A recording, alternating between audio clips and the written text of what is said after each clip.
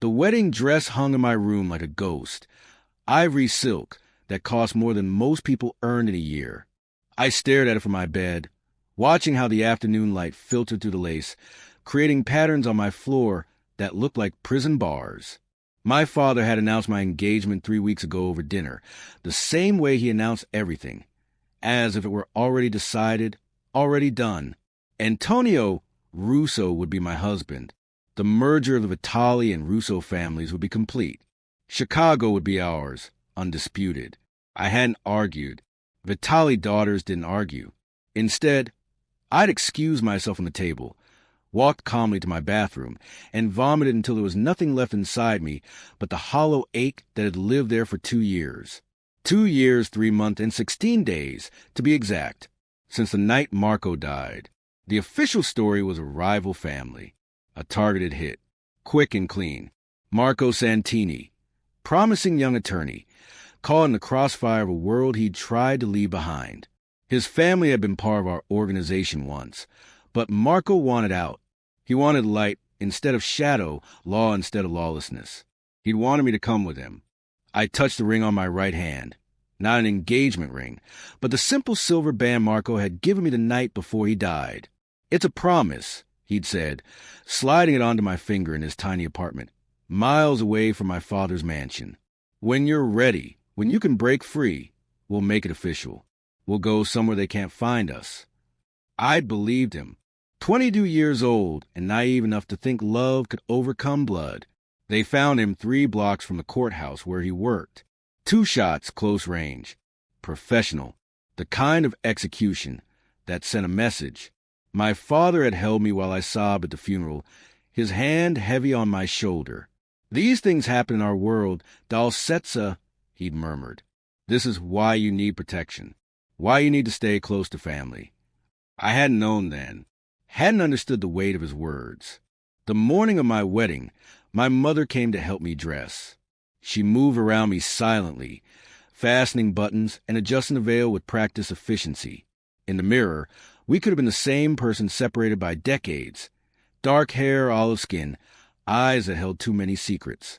"You'll learn to be content," she said finally, meeting my gaze in the reflection. "Love in our world is a luxury.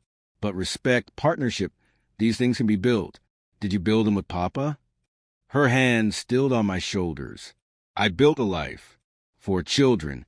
A home. That's more than many women get. Did you have a choice?" She turned me to face her, her grip firm. "Listen to me, Isabella.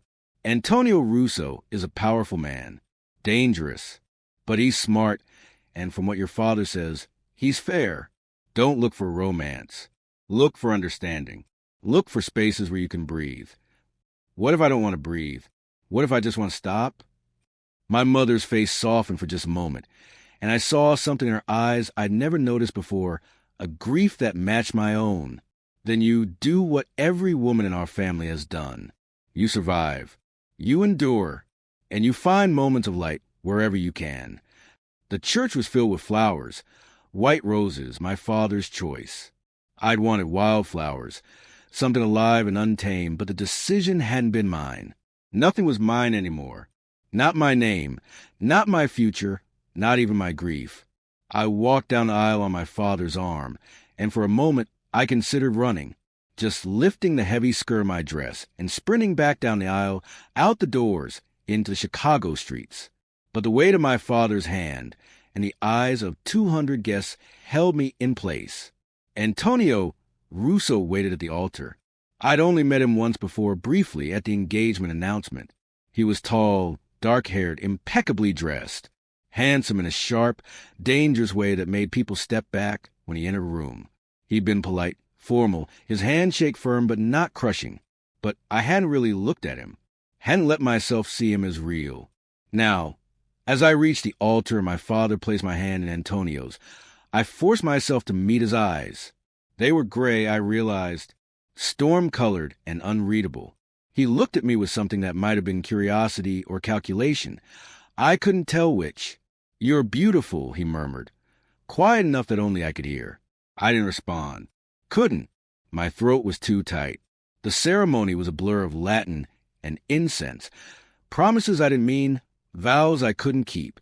When the priest instructed Antonio to kiss me, he leaned in slowly, giving me time to pull away. I didn't. His lips touched mine briefly, chastely, and I felt nothing. Nothing was better than pain.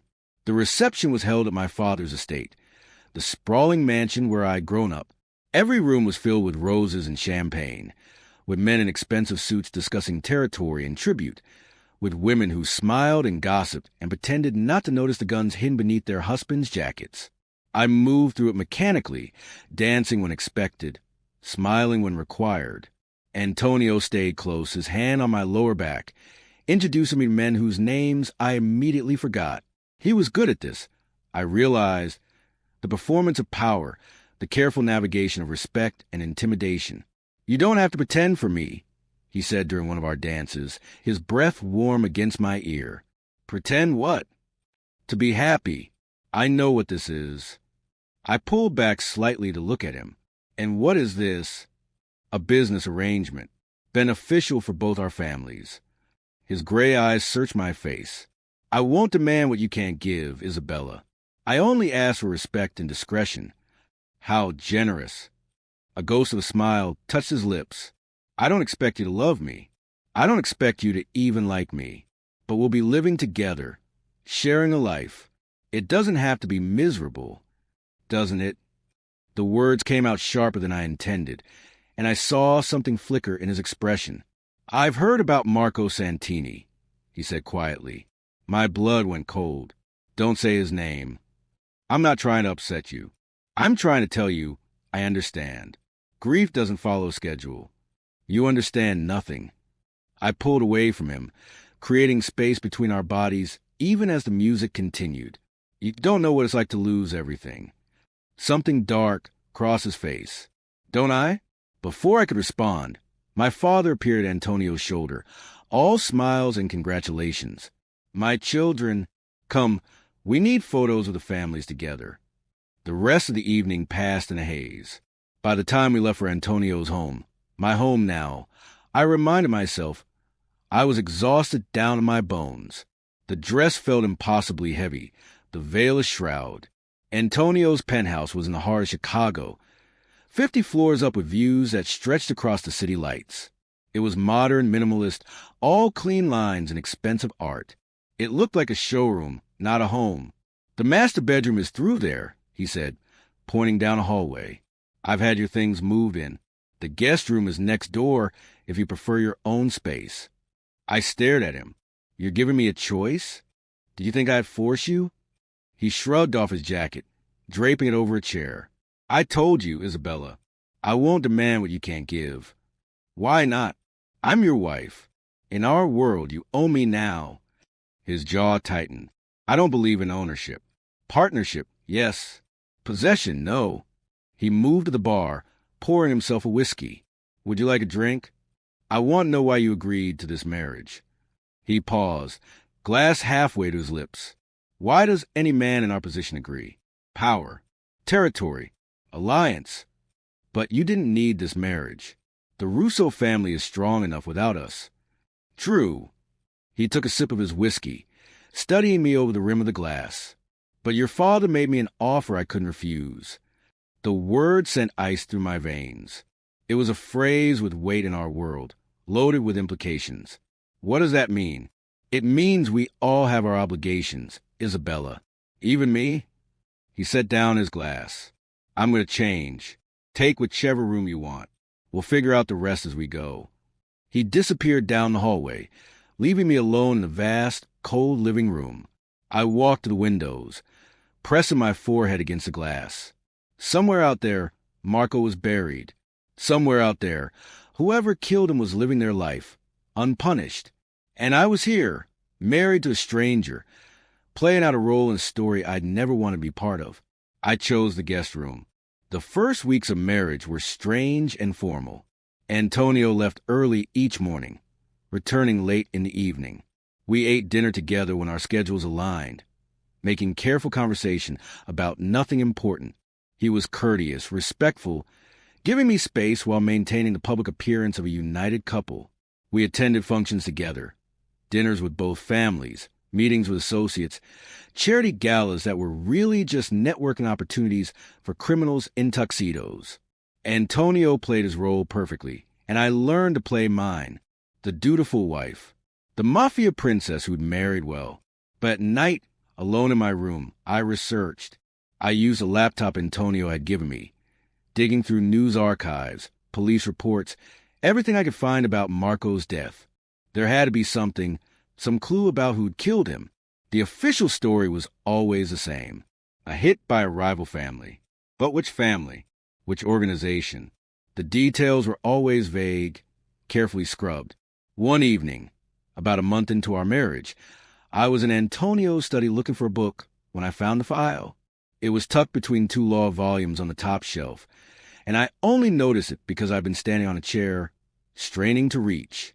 The folder was unmarked, but when I opened it, I found photos, surveillance photos, of Marco. My hands shook as I flipped through them. Marco leaving his apartment. Marco at the courthouse. Marco at the coffee shop where we used to meet. The photos were dated, all from 2 years ago, all from the weeks before his death. And on the last page, a contract, a kill order, target, Marco Santini. Reason, liability to organization security. Order given by Dominic Vitali. My father. The folder slipped from my hands. Photos scattering across the floor. My father had ordered Marco's death. My father, who'd held me while I cried, who'd promised to find whoever was responsible, who'd sworn on my mother's life that he'd get justice. He was the one responsible. I heard footsteps in the hallway and scrambled to gather the photos, but it was too late. Antonio appeared in the doorway, stopping short when he saw me on the floor, surrounded by evidence of Marco's murder. Isabella. You knew. My voice didn't sound like mine. It was hollow, distant. You knew my father killed him. Antonio's face went carefully blank. Step away from those files. Why do you have them? Why do you have surveillance photos of Marco? He moved into the room slowly, as if approaching a wounded animal. Put them down. We can talk about this. Talk about what? About how my father murdered the man I loved. About how you've known this whole time. I grabbed one of the photos. Holding it up, why do you have these, Antonio? He was silent for a long moment, those gray eyes studying me. Then he closed the door behind him and leaned against it, as if barring my escape. Because I took them, he said quietly. The room tilted. What? I took those photos. I did the surveillance. I wrote that report. His voice was steady, matter-of-fact, but I saw something flicker in his expression. Regret? Guilt? I was the one your father hired to kill Marco Santini. The words didn't make sense. Couldn't make sense. I stared at him, this man I'd married, this stranger I lived with, and tried to reconcile what he was saying with reality. You're lying. I'm not. You're lying. I was on my feet now, the photo crumpling in my fist. You're just trying to what? Protect my father? Why would you? Your father came to me 2 years ago, Antonio said, his voice cutting through my panic. He said his daughter was involved with a man who knew too much, a lawyer from a family that had left the organization. He said Marco Santini was threatening to expose operations, to go to the FBI. He said it was a matter of family security. Marco would never. I know that now. Antonio pushed off from the door, taking a step toward me. I did my research. I followed him for weeks. He wasn't going to the FBI. He wasn't a threat. He was just a man trying to build a clean life. Then why did you kill him? The question came out as a scream. Because it was my job. His voice was cold now, professional. Because your father offered me Chicago. He said if I did this one thing, prove my loyalty, he'd back the Russo claim to the entire territory. And I took it. I took the contract. I followed Marco Santini, and I shot him twice in the chest 3 blocks from his office. I couldn't breathe, couldn't think. The man standing in front of me, the man I'd married, the man who'd been so careful and courteous and respectful. He'd killed Marco. He'd looked through a scope or down a barrel, and ended the only future I'd ever wanted. Stay away from me. I backed toward the door, but he was blocking it. Get away from me. Isabella, listen. No. I grabbed the first thing I could reach, a heavy bookend, and threw it at him. He dodged easily, and I grabbed another, throwing anything within reach. A paperweight, a lamp, a picture frame that shattered against the wall. You killed him. You killed him, and then you married me. What kind of monster? The kind your father made me. Antonio caught my wrist as I reached for another object, pulling me close. His face was inches from mine, and I saw something raw there now, something that looked almost like pain. Do you think I wanted this? Do you think I want to find out that the man I'd killed was a woman I'd been forced to marry's first love? You could have said no. You could have refused the contract. If I'd refused, your father would have found someone else. Someone who might not have made it quick and clean. Someone who might have made him suffer first. His grip on my wrist loosened slightly. At least I gave him a fast death. At least he didn't know it was coming. I wrenched away from him, stumbling back. You want credit for that? For murdering him efficiently? I want you to understand that in our world, there are no good choices, only less terrible ones. He ran a hand through his hair, destroying its usual careful style. I've killed a lot of people, Isabella, more than I can count. But Marco Santini is the only one that haunts me. Because you married his girlfriend? Because he was innocent. Antonio's voice cracked slightly. Because your father lied to me, and I didn't look hard enough at the truth. Because I was so focused on gaining power that I didn't question whether the target deserved to die. And now that you know you murdered an innocent man, how do you sleep? I don't. He laughed, but there was no humor in it. I see his face every night. I see him fall.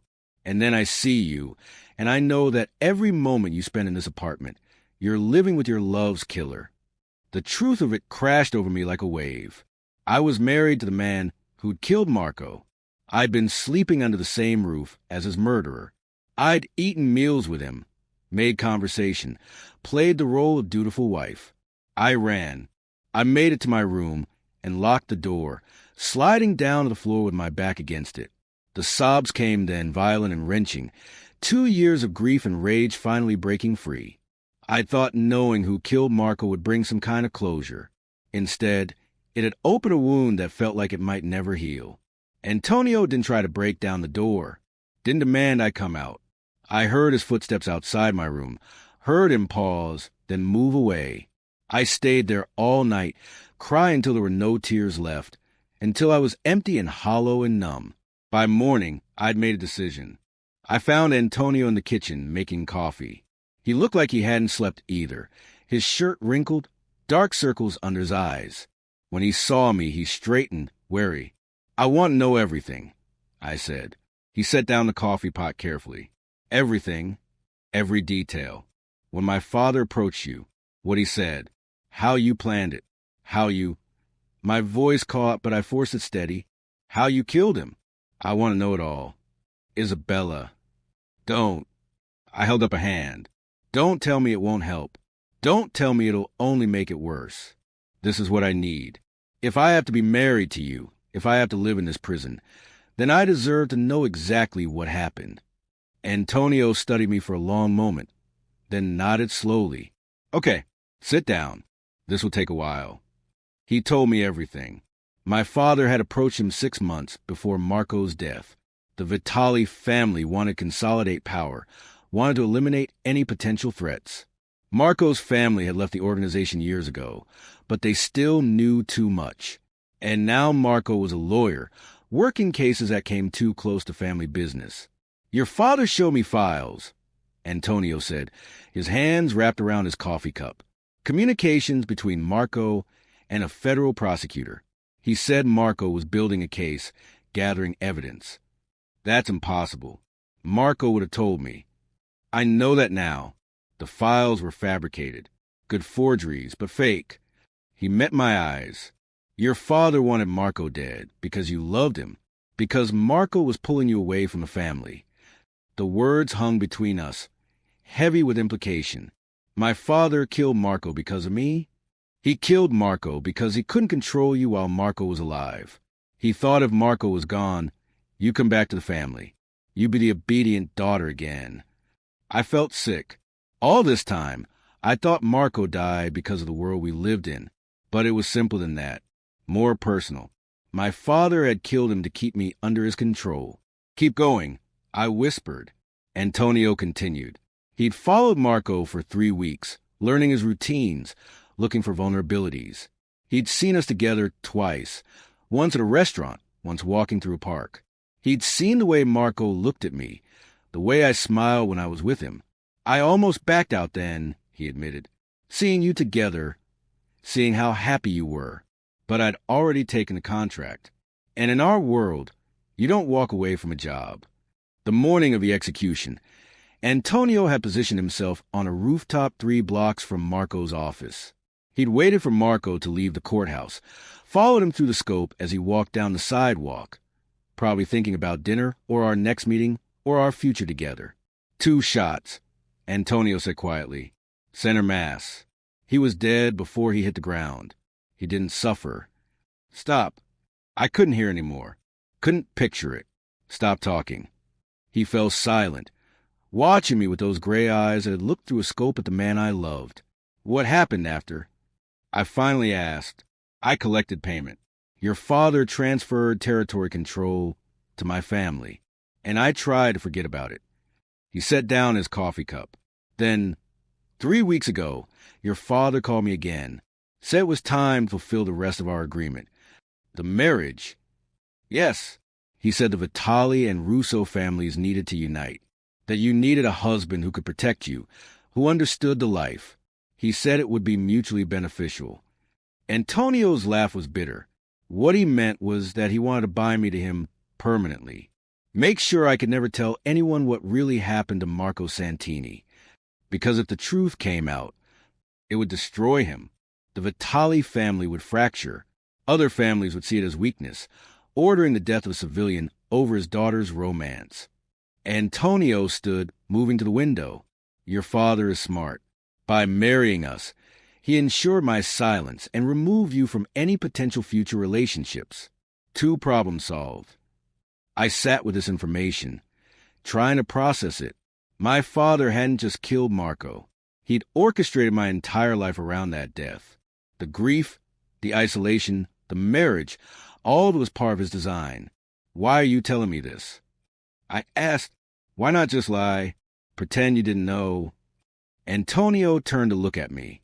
Because you deserve the truth. Because I'm tired of living with lies. He crossed back to the table, sitting across from me.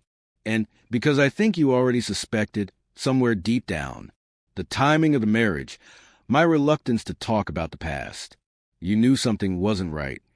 He was right. Part of me had known. I'd just been too afraid to look directly at it. What do we do now? I asked. That's up to you. Antonio leaned back in his chair. You can go to your father. Tell him I told you everything. He'll probably have me killed for breaking our agreement. Or you can stay, and we figure out how to live with this between us. Those are my options. Watch you die or live with my love's killer. I never said they were good options. I stood abruptly, needing to move, to think. I paced the kitchen, my mind racing through possibilities. I could kill Antonio myself. It would be justice, in a way, but it wouldn't bring Marco back. And my father would just arrange another marriage, another prison. Or I could expose both of them, tell the authorities everything. But in our world, that meant death, not just for them, but probably for my mother, my siblings, everyone connected to the family name. There has to be another way, I said. There isn't. This is the world we live in, the world we were born into. Antonio stood, facing me across the kitchen. I can't undo what I did. I can't bring him back. All I can do is give you honesty now and try to make our situation bearable. Bearable? I laughed, and it sounded slightly unhinged. My father murdered my love to control me, and you were the weapon he used. And now I'm married to you. Bearable doesn't begin to cover it. Then what you want, Isabella? Tell me what you need, and if it's in my power, I'll give it to you. I looked at him, really looked at him for the first time since learning the truth. He wasn't what I'd expected. Wasn't the cold, heartless killer I'd imagined. He looked tired, haunted. There was guilt in those gray eyes, real and deep. It didn't make what he'd done forgivable, but it made him human. "I want revenge," I said quietly. Antonio nodded slowly. "Against me or your father?" "Both." "Neither. I don't know yet." I moved to the window, staring out at the city. "But I want you to help me get it." "What kind of revenge?" "I haven't decided. But my father needs to pay for what he did, for stealing my future, for murdering an innocent man just to keep control over me." I turned to face Antonio. "And you need to pay for pulling the trigger." "Fair enough." He moved to stand beside me at the window. "How do you want me to pay?" "By helping me destroy him. By using everything you know, everything you have, to dismantle my father's empire." I met his eyes. "You said you see Marco every night. You said he haunts you. Prove it. Prove you actually care that you killed an innocent man." Antonio was quiet for a long moment. When he spoke, his voice was soft. "If we do this, it will be war. Your father won't go quietly. And when it's over, there might not be anything left of either of our families." "Good." I felt something cold and hard settling in my chest, something that felt like clarity. "Let all burn. I'm tired of being a pawn in their game." "You understand what you're asking? Once we start this, there's no going back. We'll be enemies of both families. They'll hunt us. Then we'd better be smart about it." I held out my hand. "Are you with me?" He looked at my hand, then at my face. I saw the moment he decided, saw something shift in his expression. "For what it's worth," he said, taking my hand, "I am sorry. I know it doesn't change anything, but I am."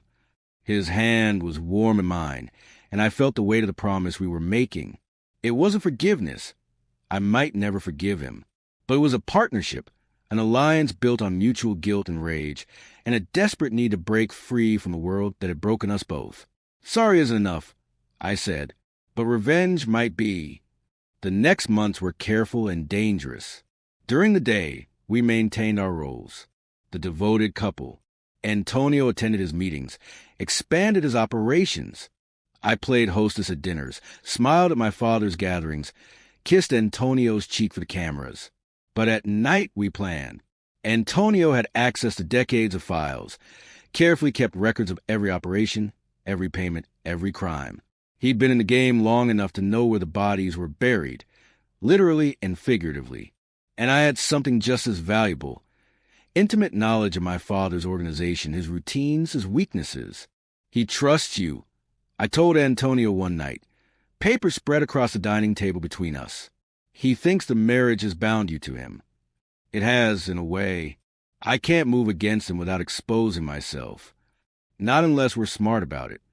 I pointed to a file. "This operation, the waterfront shipping, it's all through shell companies, but I know the real ownership structure. If this information reached the right people, the FBI could seize everything. Your father would know it came from inside the organization. Let him. By the time he figures out who, we'll have dismantled half his empire." We worked like this for weeks, identifying targets, gathering evidence, planning our attack. It was intimate work in its way. We spent hours together, talking about strategy, about our families, about the world we wanted to destroy. And slowly, I began to see Antonio as more than Marco's killer. He was funny sometimes, with a dry sense of humor that caught me off guard. He was brilliant, his mind working through problems with a speed and creativity I envied. He was careful with me, never pushing, always giving me space to rage or grieve or plan revenge. One night, after a particularly successful operation, we leaked information that led to the seizure of 3 of my father's warehouses. We celebrated with wine on the balcony. "Your father is furious," Antonio said, a slight smile on his lips. "He spent an hour yelling on the phone this morning about moles and his organization." Good. I took a sip of wine, looking out at the city lights. Let him feel what it's like to lose something. "Isabella." Antonio's voice was serious. "Are you sure about this? We can stop, take what we have, and disappear. You want to run? I want to make sure you're not doing this just for revenge, that this is what you really want." I turned to face him. What I really want is impossible. I want Marco alive. I want my life back. I want to not be married to his killer. His face tightened, but I continued. But since I can't have those things, yes, I want revenge. I want my father to pay. And then maybe I want to be free. Free of me? The question hung between us. A month ago, the answer would have been simple. Yes, absolutely. But now, after weeks of working together, of learning each other's minds, of building something new from the ashes of what had been destroyed, I wasn't sure. I don't know. I admit it. I don't know what I want from you. I know I can't forgive what you did. I know I'll always see Marco when I look at you. But I also know that you're the only person who understands. The only one who knows the truth. Antonio set down his wine glass. I don't expect forgiveness. I don't even ask for it. What I did is unforgivable. He moved closer, and I didn't step back. But I want you to know that these months with you, working beside you, seeing your strength and your rage and your brilliance, it's been the only time in years I felt like I'm doing something right. Destroying our families is doing something right. Helping you get free is doing something right. His hand came up, hovering near my face, but not quite touching. You were never meant for this world, Isabella. You were meant for something better. Someone better. Like Marco, he agreed quietly. I took that from you. I can't give it back. But I can help you take back your own life, your own choices. I closed my eyes, feeling the weight of everything between us, the grief and guilt and rage. But also, underneath it all, something else. Something that felt dangerously like understanding. This doesn't change what you did, I said. I know. And it doesn't mean I've forgiven you. I know that too. But I don't hate you anymore. I opened my eyes, meeting his gray gaze. I've tried. I wanted to. But I can't hate you and work with you and trust you all at the same time. What do you feel? It was a dangerous question, one I wasn't ready to answer fully. I feel like we're both prisoners trying to break free, and maybe that's enough for now. He nodded slowly, then stepped back, giving me space. Then we keep going. We finish what we started. And we did. It took 6 more months to complete our plan. 6 months of careful leaks, strategic betrayals, information fed to the FBI and rival families and the press. We watched from a distance as my father's empire crumbled. Arrests, seizures, key lieutenants flipping to save themselves. My father knew something was wrong, knew someone had betrayed him, but he never suspected his daughter or his son-in-law.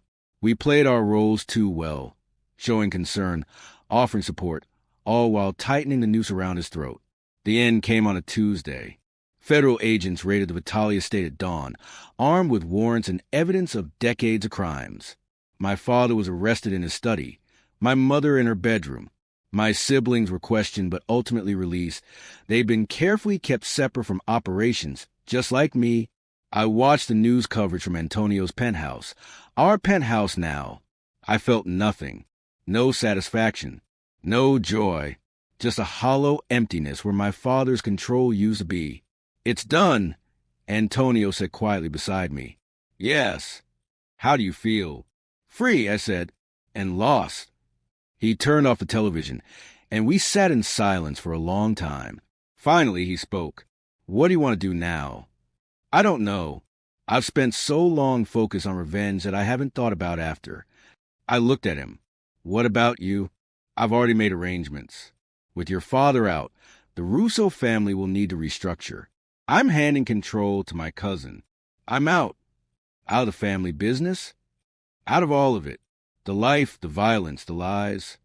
He met my eyes. I'm leaving Chicago. Buying a house somewhere quiet. Maybe the coast. Somewhere I can wake up without immediately planning who to kill. That sounds nice, I said softly. Come with me. The words hung in the air between us. An offer. A question. A possibility I hadn't let myself consider. Antonio, I'm not asking as your husband. I'm not asking for forgiveness or love or anything you can't give. He turned to face me fully. I'm asking as someone who cares what happens to you. As someone who knows you'll be a target now. with your father in prison and the family fractured. Come with me and you'll be safe. We can figure out the rest later. Why would you want me with you? After everything, why would you want me around? He smiled sadly. Because working with you these past months, watching you take apart your father's empire, seeing your strength, it's reminded me that there's more to life than violence and guilt. You make me want to be better, even though I know I don't deserve it.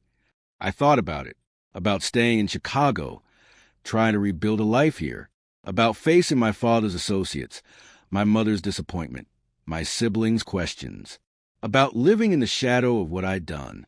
Or I could leave, start over, with the man who'd killed my first love but helped me find my own strength. It wasn't forgiveness. It would never be forgiveness. But maybe it could be something else. Something new, built from the ruins of what we both lost and destroyed. I want separate rooms, I said finally. Antonio's face lit up with something that looked like hope. Done. And I want the house to have a garden. Wildflowers, not roses. Whatever you want. And I need you to know that it's not a romance. It's not a happy ending. I don't know what it is yet. I know. His voice was gentle.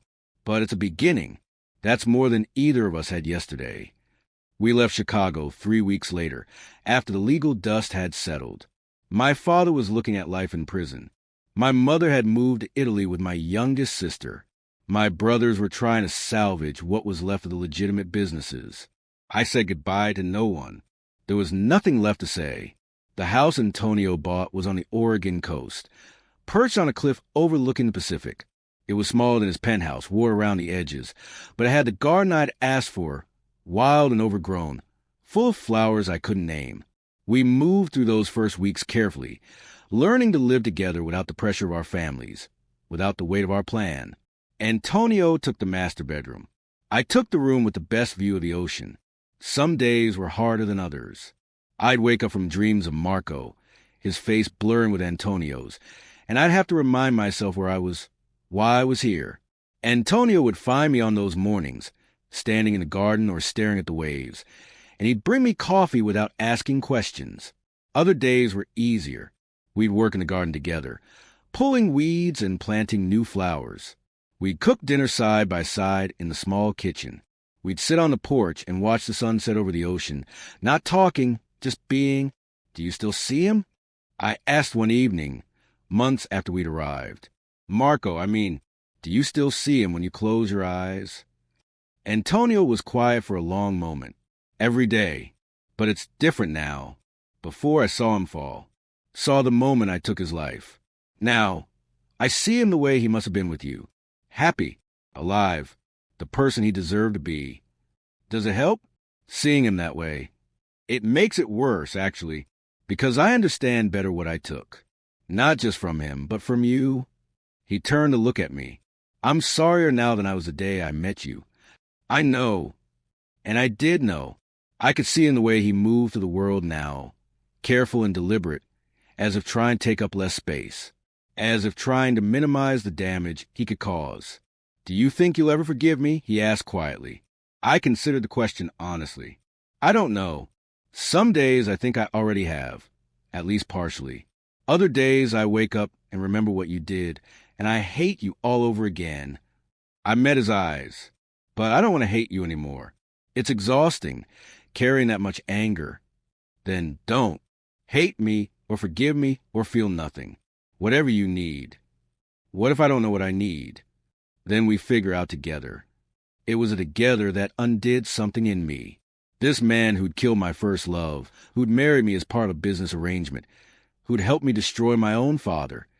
He was offering me something Marco never could have. Not innocence or purity or escape from our world, but understanding, partnership, truth. I'm going to kiss you, I said suddenly. Antonio went very still. Are you sure? No, but I want to try. He stood slowly, moving toward me with the same careful deliberation. He did everything now. When he reached me, he didn't immediately close the distance. Instead, he raised his hand, letting it hover near my face.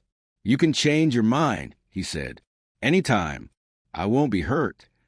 You'll be hurt, I corrected. But you won't blame me for it. A ghost of a smile touched his lips. True.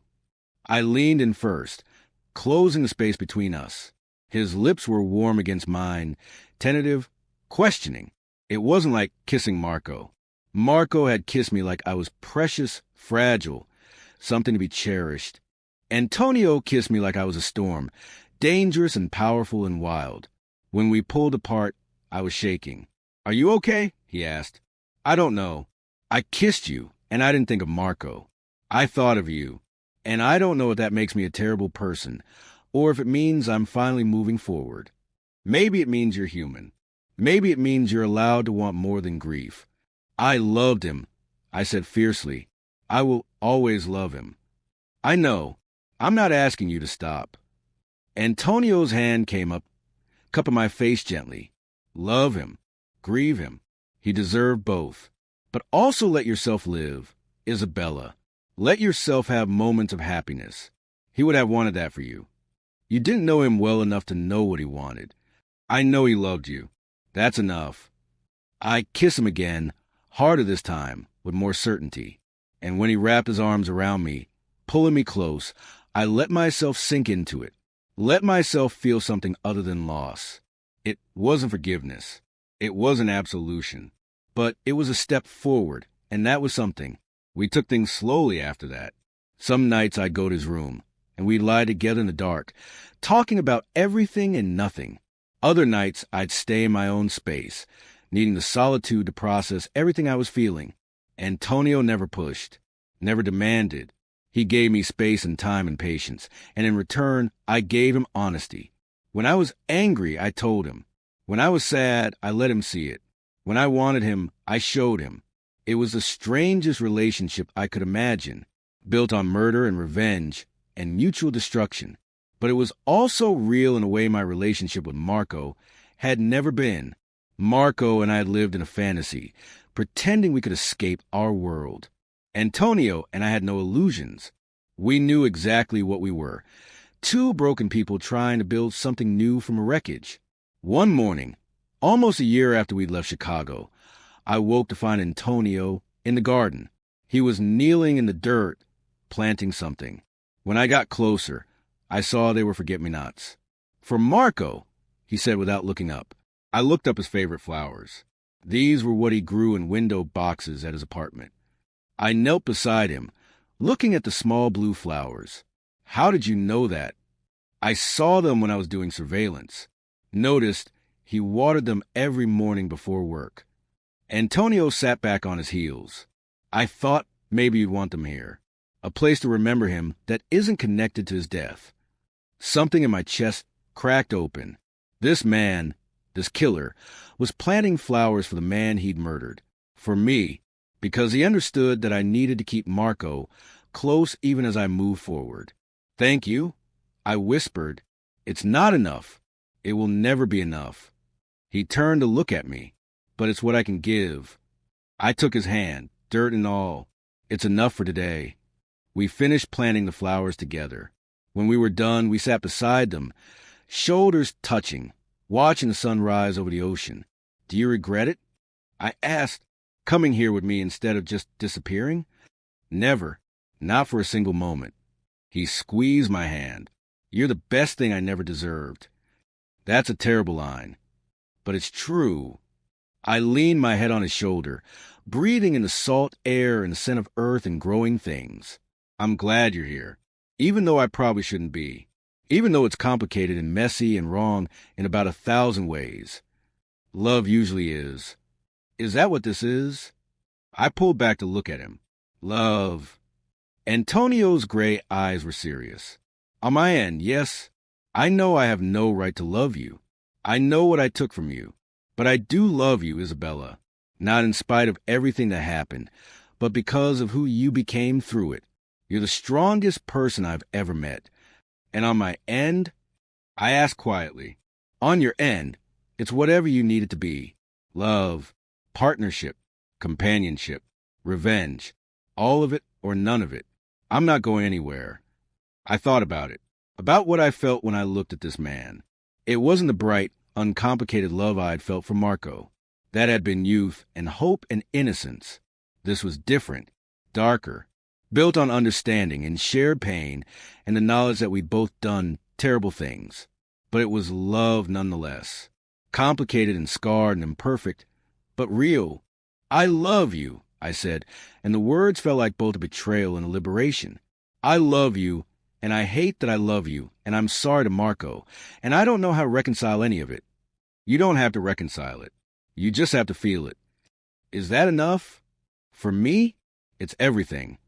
He kissed me then, there in the garden beside Marco's flowers, and I kissed him back. It was messy and complicated and probably wrong, but it was ours, built from pain and guilt and the desperate need to be better than we'd been. The forget-me-nots bloomed that spring and every spring after.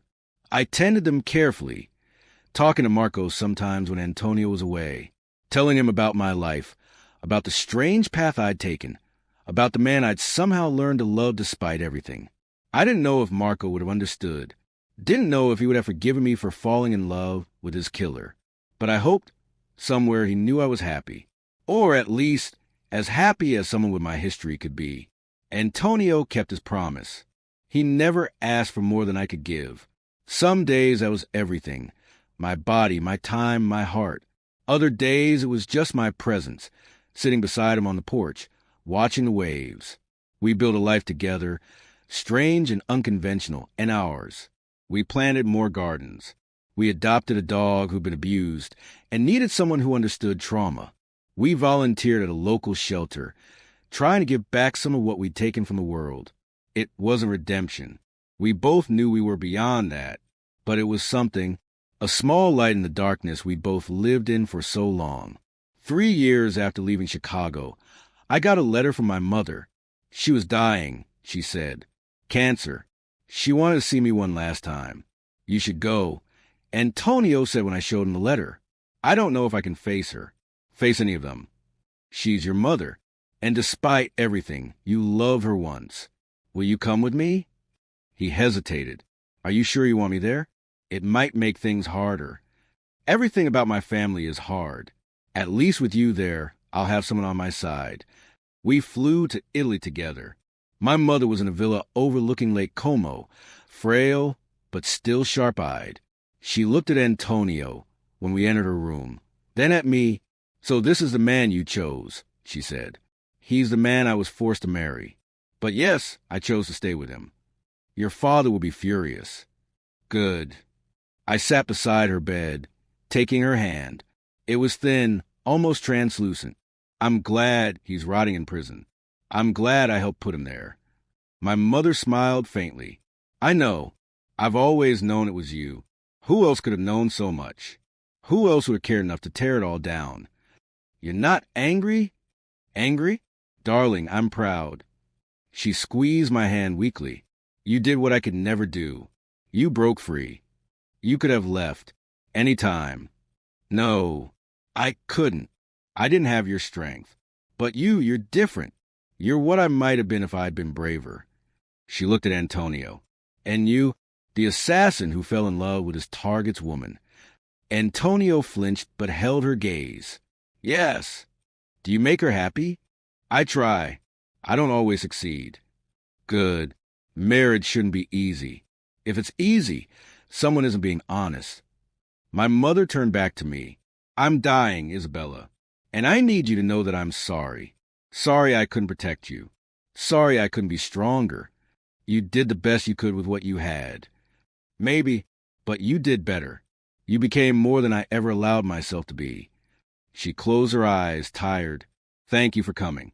I know it wasn't easy. Thank you for writing. She died 2 weeks later. We stayed for the funeral, standing at the back of the church while my siblings mourned. They didn't speak to me. I didn't expect them to. I'd betrayed the family. In their eyes, I was worse than my father.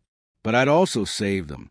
With my father in prison and his operations dismantled, they could build normal lives.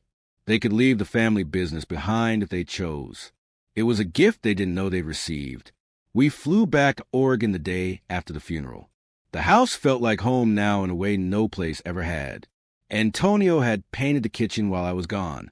Soft yellow, warm and inviting. "Welcome home," he said when we walked in. "Home," I repeated, tasting the word. "Yes, that's what this is." That night, I moved my things into Antonio's room. Not because I had to, not because anything had changed, but because I wanted to. Because 3 years of careful distance had taught me that I could trust him, that I could build a life with him. "Are you sure?" he asked as I set my clothes in the dresser. "I'm sure. This doesn't have to mean anything. You can move back any time." "I know, but I don't want to." I turned to face him. "I want to wake up next to you. I want to fall asleep in your arms. I want whatever future we can build together. Even knowing what I am, what I did, especially knowing, because you're also the man who planted forget-me-nots for someone he killed, who helped me destroy my father, who spent 3 years showing me that people can change, can be better than their worst moments." Antonio crossed the room, pulling me into his arms. "I don't deserve you. Probably not, but you're stuck with me anyway." He laughed, and it was a sound I'd grown to love. Not the practice, careful laugh he used with others, but the real one, the one that was just for me. We made love that night, slow and careful, learning each other's bodies like we'd learned each other's minds. It was different from the few times before, more intimate, more certain. When he moved inside me, I looked into his eyes and saw not just Antonio the assassin, not just a man who'd killed Marco, but the man I'd chosen, the man I loved despite everything. After, lying tangled together in the dark, I thought about Marco, wondered if he would understand, wondered if, wherever he was, he knew I'd found a way to be happy again. "What are you thinking?" Antonio asked, his fingers tracing patterns on my back. "That this isn't the life I imagined for myself." "Is that bad?" "No, it's just different. When I was with Marco, I imagined a clean life. Normal, boring, even, a house in the suburbs, children, a job that had nothing to do with crime." I propped myself up on one elbow, looking at him. "With you, I don't imagine anything normal. But I also don't want to. I like our strange life. I like our scarred history. It's real in a way nothing else has been. I'm glad, because this you and me, it's the only thing in my life that's ever felt right. Even with all the guilt, all the pain, especially with it. Because it means we're not pretending. We're not lying to ourselves or each other. We're just two people who've done terrible things, try and be better." I kissed him long and deep and thought about how far we'd both come. From the arranged marriage neither of us wanted to the strange, complicated love we'd built. From the roles we'd been forced into to the people we'd chosen to become. It wasn't a love story I'd imagined when I was young. It was darker, more complicated, built on foundations that should have been too broken to support anything. But it was ours, and maybe that was enough. The years passed. We grew older together, quieter, more settled. The forget-me-nots spread to the garden, blue flowers blooming every spring like a promise. We added other flowers, too. Roses eventually, white ones that I learned to love. Wildflowers that Antonio planted for me. We never had children. It didn't seem right somehow, bringing new life into a relationship built on death. But we had each other, and we had our small corner of the world, and we had the peace we'd fought so hard to find. Sometimes, late at night, Antonio would wake from nightmares about Marco, about other people he'd killed. I'd hold him, let him shake, let him cry if he needed to, and sometimes I'd wake from dreams of what might have been, and he'd do the same for me. We never pretended the past didn't exist, never acted like what happened hadn't scarred us both. But we also didn't let it define us entirely. We were more than the worst things we'd done or had done to us. On what would have been Marco's 40th birthday, I planted a tree in the garden, an oak, strong and enduring. Antonio helped me dig the hole, and we planted it together, neither of us speaking. He would have been a good lawyer, I said finally. Would have changed a lot of lives. Yes, he would have. I still love him. I need you to know that. I know, and I'm glad you do. It means what I took actually mattered. It means I have to live with the weight of that every day. Antonio's hand found mine, but I also know you love me. And that's a gift I never expected, never deserved, but will be grateful for every day of my life. We stood there beside Marco's tree, hands clasped, watching the sun set over the Pacific. Two broken people who'd found a way to be whole together. It wasn't perfect. It wasn't easy. But it was real, and it was ours, and it was enough. That night, lying in bed with Antonio's arms around me, I thought about everything that had led us here. My father's control and cruelty, Marco's death, the arranged marriage, the revenge that had consumed me, the strange, impossible love that had grown from ashes. If I could go back, would I change it? Would I save Marco, prevent his death, preserve that innocent love we'd shared? Yes, 1,000 times yes. But I couldn't go back. None of us could. All we could do was move forward, carrying our scars and our guilt and our hard-won wisdom. All we could do was try to be better than we'd been. Kinder, more honest, more alive. I love you, I whispered into the darkness. I love you too, Antonio murmured, his voice heavy with sleep. And somewhere in the garden, the forget-me-nots bloomed in the moonlight, blue and beautiful and eternal, a reminder of what was lost, a promise of what remained. Life, I'd learned, wasn't about happy endings or easy forgiveness. It was about surviving, enduring, finding moments of light in the darkness. And if you were very lucky, finding someone willing to walk through that darkness with you. I'd been very lucky, even if the cost had been terrible, even if the price had been everything I'd once believed about love and justice and redemption. I'd found something real, something lasting. And as I drifted off to sleep in the arms of the man who'd killed my first love, I felt something I never thought I'd feel again. Peace.